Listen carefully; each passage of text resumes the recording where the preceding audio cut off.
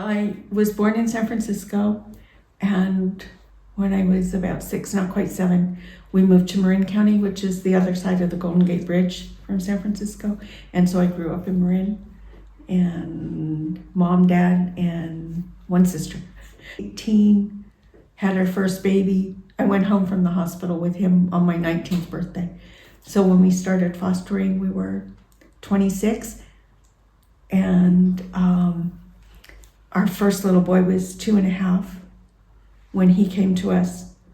And we had neighbors when we lived in Marin. When we lived in Fairfax, we had neighbors that had foster children. We didn't have extra bedrooms where we were. The boys shared a room, and Debbie had a very small room. We said, well, when we get a bigger house, we'll do that. So when we moved to Klamath Falls, we moved up in April of '69 and had our first foster child in February the next year. And our first little boy was 2.5 when he came to us. He was in a family, he was the youngest, and when social services went in, they took all 6 kids. He came to us from his sister. He went to a foster home. That woman developed a bad back. He went to another foster home, and then his sister, who was married, her and her husband took Donnie. Probably not a good situation at his sister's house, because if you said to Donnie, sit down now, he sat where he was. He didn't go to the nearest chair or anything. He just sat where he was. And we were in Payless one day, which is like a Deal's. And he spotted his sister, and he just jumped into my arms. Don't let her take me. So there was no outward sign of abuse, but yeah. We had another little girl, Michelle, who was 4. And if you took the brush to brush her hair, she went like this, or she hid under the table. So you know that things happen. And then her mother finally got on supervised visits and arranged to have her back at 5, which is when social services, and did not bring her back.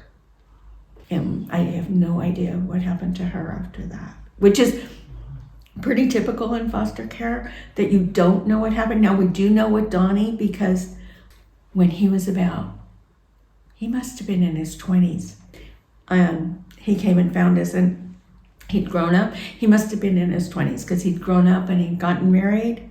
He'd had trouble when he was a teenager, but he'd gotten over that. I visited him and his family once in North Carolina, and they had 4 children, and he had his own business, so he was doing really well. So yeah, and it was, yeah, because most of them, you don't know what happened. We had one little boy whose mom used the children to break into summer houses, sent them through the windows, then they opened the door and let her in, and she got caught.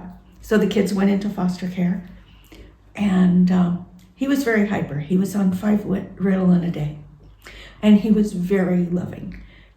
And he would hug all his teachers, and he would hug me and then we'd walk home. And his mom went to court. The judge said, take the kids, leave the state, no more jail time. And so I had to take him and meet his mom in front of the courthouse, and he didn't want to go to her. He was scared. He didn't want to go. And there's nothing you can do. It's really, yeah, it's a very emotional, so.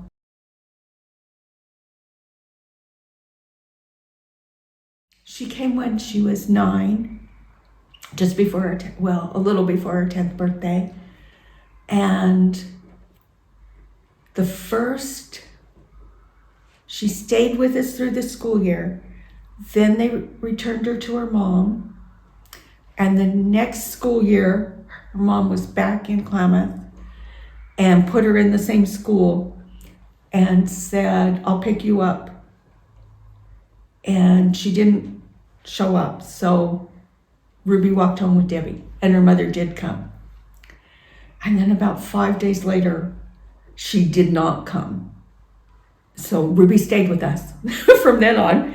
She had contact with her mother when especially when her mother was back in Klamath. She had contact, and even when she got married and had her daughter, she had Patty Ann in her life up until the time her mom passed. But very bright. Lawyer got her a tape player so her and her mom could send tapes back and forth when her mom was in California.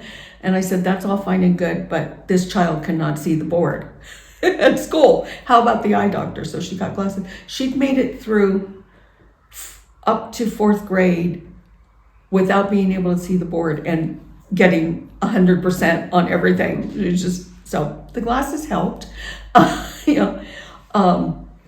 Like I said, she's bright. She's really centered.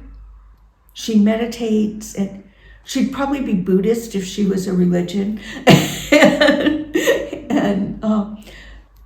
They've got 20 acres, and she grows herbs, and she's outdoors a lot. And she's a homebody in a lot of ways. Her and her husband have one daughter, and who's perfect, absolutely perfect child.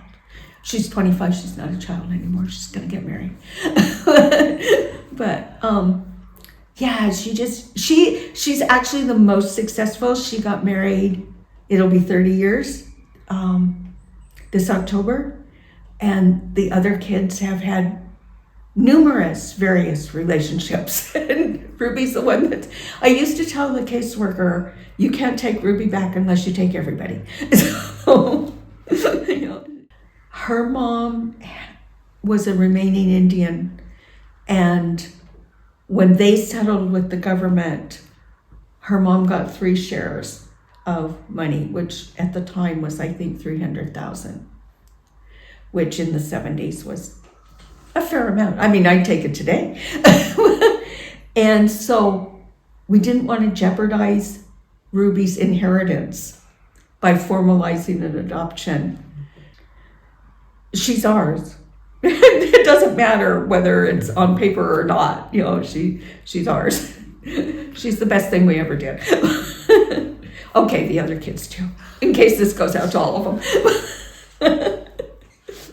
There's so much prejudice. We had neighbors ask if we would take a black child, and I said yes, and they never spoke to us again. And next door we had a family that had a boy when we had our first 2 teenagers, Bev and Darlene, Native American girls, lovely, delightful. And they were having a hose fight with the boy next door, and his mother turned off his hose because she didn't want him to have anything to do with those girls. Of course, he got soaked, and they were fine. But yeah, so just the casual prejudice of the neighborhood. And we started in 1970 and finished in 1982 when the girls graduated from high school, and had 44 children. Now, most of them, once they leave, you don't have contact anymore. We do have contact with one still in Southern California. It wasn't always chaos, but it was always, something was always going on. They were probably raised differently because we had the foster children. And also I knew that when the children left, there would be nobody to say, have you been to the dentist this year? So from the time they got their driver's license, they made their own dental and doctor appointments, and all of them, not just but all of them. And they also took turns on Saturdays. This is how long ago it was. You'd get $5 and you'd go to the supermarket and you would buy food for dinner for up to 8 of us.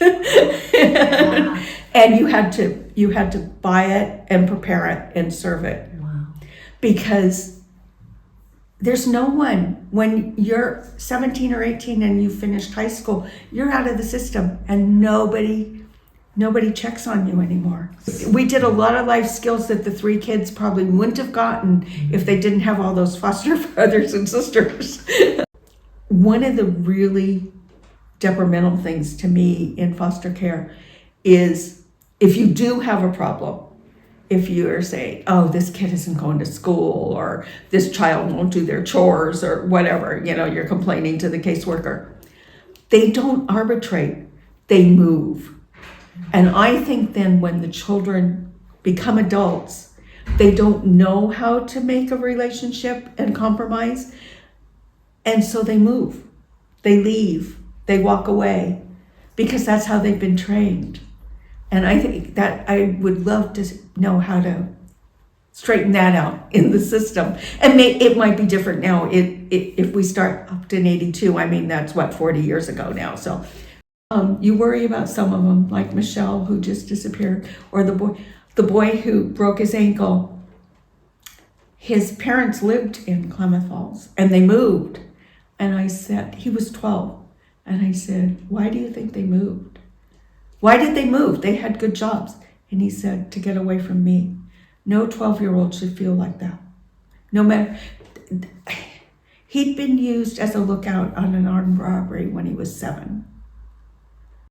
The first line of my memoir says, at 65, I ran away from home.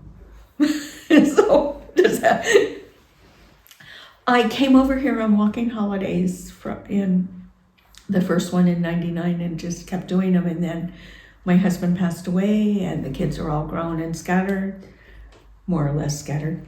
And I said, oh, I could move to Ireland. So I came over intending to stay 3 years and knew in a couple of weeks I was never going back.